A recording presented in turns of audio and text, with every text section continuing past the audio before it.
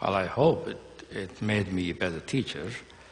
I think it did, in the sense that it turned out that the guidance that I was talking about is basically is a teacher. The guidance is what's sometimes called the inner teacher, which in time, through the following that guidance, there is a gradual integration and embodiment of that guidance, which means whoever embodies it can become a guide for others. It was guiding me. As a result, I guide other people so that they learn about their own guidance, and hopefully at some point they begin to find their own guidance. And does it change how we relate to children? I mean, for me, it gives me more insight, more understanding, right, in terms of how to relate to children. It does. Some of it might be changed from what some people do, but a lot of it is really more common sense, and it's more like a lot of it has to do with recognizing what is the consciousness, the human consciousness that actually goes through childhood and that matures and develops. What are its properties, what are its capacities, and how to best be attuned to those properties and capacities so that they develop in an optimal way. In that sense, it gives some kind of guidance about that. And telling them about our enemies,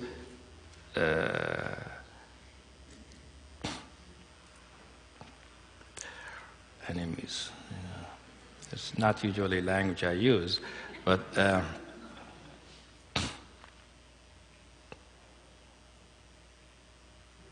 it's what I learned is not just enemies, about all people. Everybody is like me, in the sense we all tend to be lost, ignorant, have a hard time. We have so much trouble already from ourselves, we don't need anybody else to hate us.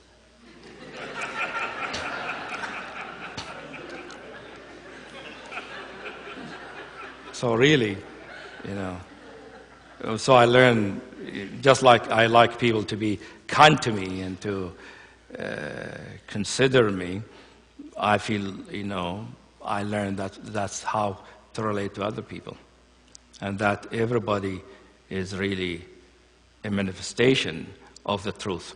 Everybody has the potential to know the truth as fully as possible. And everybody in their heart of hearts really want to know the truth. They might not know that. I didn't know it for a long time. And so my tendency is I'd like to do what I can to help with that. And also recognizing, really, I have very limited capacity in that at the same time. So in terms of relating to other people, I try not to help other people unless they ask me, and only in the way they contract with me. I don't impose anything on them, and I don't push them. And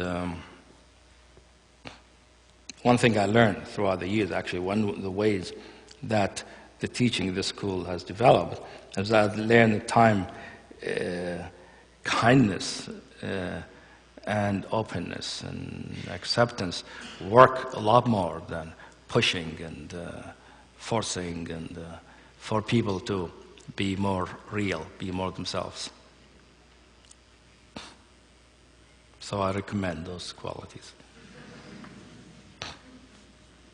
I mean, just think of how you want people to relate to you. I mean, it's very easy in some sense. Yeah. Over there in the middle, will you stand up, please?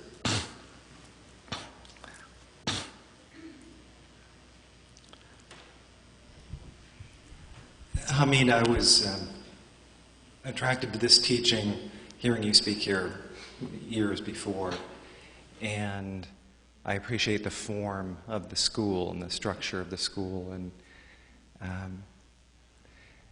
then hearing you speak about practices and resisting practices and finding your own method or your own inquiry. Could you speak to the tendency, or my tendency anyway, to start to relate to the form and kind of predict what I'm going to find in my inquiry because I've read ahead in the book a bit. Yeah. Well, one important distinction. I did not feel I wanted to find my own practice. I wasn't looking for my own practice. It wasn't like I didn't want somebody else, I wanted my own. It has nothing to do with that. It's more like it felt many of these things were artificial to me, something added on, right? And in some kind of unconscious way, I wanted something natural that came up by itself, but I didn't need to do anything extra to do it. But it's just a natural tendency. So I wasn't looking for my own thing. I wasn't trying to distinguish myself, set myself apart from anybody else. Anything that would have worked, I would have welcomed, right? Anything. I mean, I wish I could have done the meditation, right? I had nothing, against it that way. It's more like I couldn't do it, and at some point I realized I couldn't do it partly because it felt as an addition to life. So for me, it seemed like something that naturally happens, right? To attune myself to something that is already naturally part of being a human being in everyday life, and allowing that potential to develop. That's what happened. My question is about my tendency to doubt my experience because I recognize it's similar to the experience I've already heard about. So, that's that. So I don't trust it at times because I don't know if I'm just, is there some self-fulfilling? Yes, that's a good question, actually, and many people have that difficulty. And it's more like,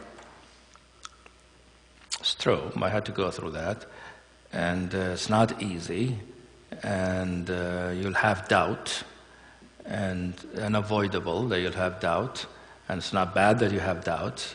It's like try to satisfy your doubt. What I suggest, explore what makes you have the doubt. Find out for yourself. Ascertain for yourself. Not so you're having this experience, and it sounds like something you read in a book, and then you're doubting whether it is real or not. Maybe you made it up. For me, what is real feels real. What's real, the truth, shows itself as the truth regardless. It might be like something else. Many of the things that came up for me that I learned turned out very similar to many things I've read, for instance. Right? So the fact that they were similar or not similar is not really the question. The question is, how do I feel about it? Does it speak to me? Does it touch me? Do I recognize it myself?